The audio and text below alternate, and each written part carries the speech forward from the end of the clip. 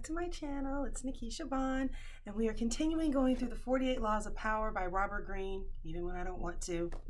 And today we are on law number 32. But before we get started, if you're new here, welcome. I'm so excited you decided to join me. We are going through the 48 Laws of Power, yes, one by one, and we are on law number 32, which I'm going to go ahead and say I'm not sure how I feel about it, but we're going to do the best we can do. Play to people's fantasies. Let me just get into it, okay. The truth is often avoided because it is ugly and unpleasant. Never appeal to the truth and reality unless you are prepared for the anger that comes in disenchantment. Life is so harsh and distressing that people who can manufacture romance or conjure up fantasy are like oasis in the desert. Everyone flocks to them. There is great power in tapping into the fantasies of the masses. We like to be lied to. Okay, so the way that this chapter is structures is that it talks about some keys to power, and it says here's some realities and here's some fantasies. And guys, I kind of agree with the fantasy. I don't know. Let's just get started. Fantasies can never operate alone. It requires the backdrop of the humdrum and the mundane. It is the oppressiveness of reality that allows fantasy to take root and bloom. The person who can spin fantasy out of an oppressive reality has access to untold power. So I was thinking about all these influencers who talk about the matrix and, you're being trapped and here's the way out. We love that fantasy idea. But then, but fake it till you make it, or believing into something that you can't see is real. Okay, that's how I feel. So just make sure that you preference that as we're going through this chapter. So let's go through some of the realities and the fantasies that the book talks about. The first one.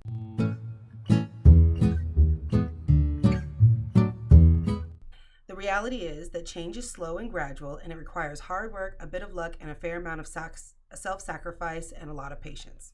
Fair.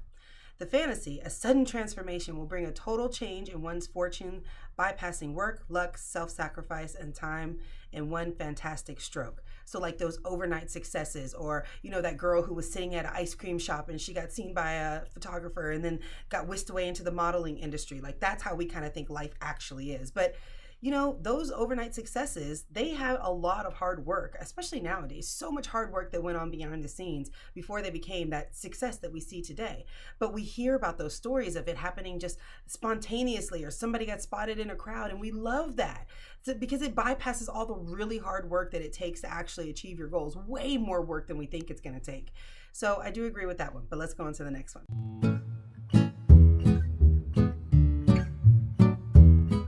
The reality. The social realm has a hard set codes and boundaries. We understand these limits and know that we have to move within these familiar circles, day in and day out. Fantasy. We can enter a totally new world with different codes and a promise of adventure. It made me think of like fat acceptance, sexual liberation. You can say that, right? You can say that you love your body, and you should love your body. Love your body. It's not about loving your body. It's telling people they have to accept your body. That's where it gets a little tricky, because you can believe whatever you want in your head, but you can't force other people to believe that, because society doesn't have to go along, and it probably won't. That's the reality of it. Maybe I actually agree with this more than I thought. I had like a lot of notes on here, but maybe I do actually agree with some of these things. But I don't know. Let's continue. We'll see. The next one.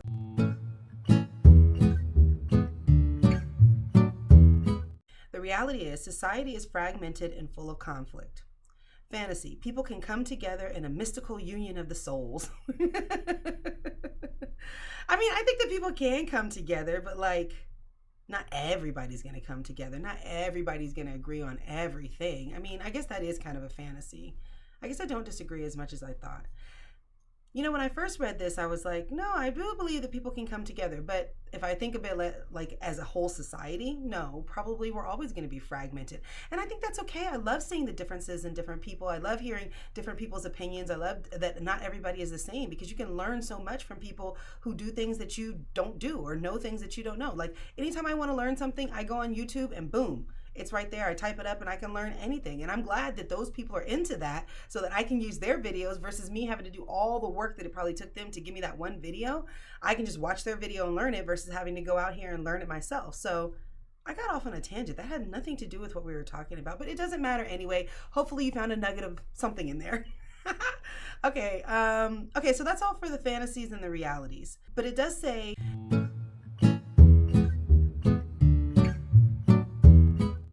key to fantasy is distance. The distance has allure and promise, seems simple and problem-free. What you are offering then must be ungraspable. So, I mean, I think the book is talking about just in the terms of power. If you're weaving a fantasy to somebody, it has to be something that they can never quite own, they can never quite have, because that's where the power lies. And the fact that it's like that carrot on a stick. The donkey's moving forward, trying to get that carrot, but that carrot's on a stick. It ain't going nowhere. You can keep moving, and that's great for the person who's on the donkey, but the donkey's not going to get that carrot. So you got to keep the fantasy a little bit of a distance, because if you make it something that they can grasp, they'll either get it or they won't get it. Or then it's not a fantasy anymore, actually, right? If they grab it, then it's no longer fantasy. It becomes their reality. These are just the things that come to me as I'm reading these things. Hopefully it's coming from a place where it can add some value to people. Okay, so let's get into my final thoughts, shall we?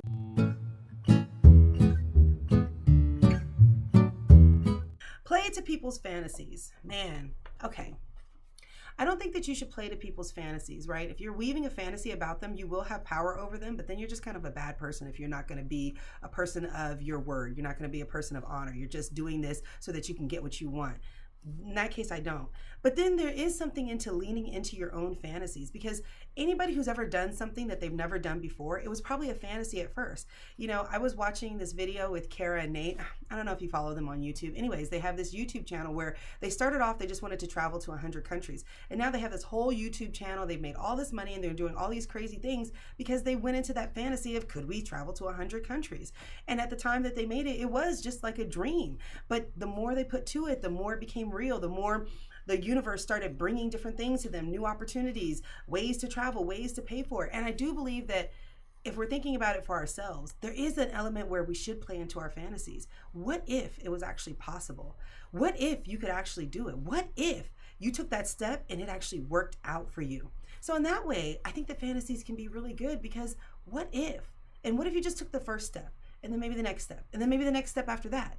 What if that wove into a beautiful, amazing, absolutely incredible life that you could have? Wouldn't you want that? I want that for you. Oh my gosh. I want that for me. I want that for you. I want that for all of us. Yes.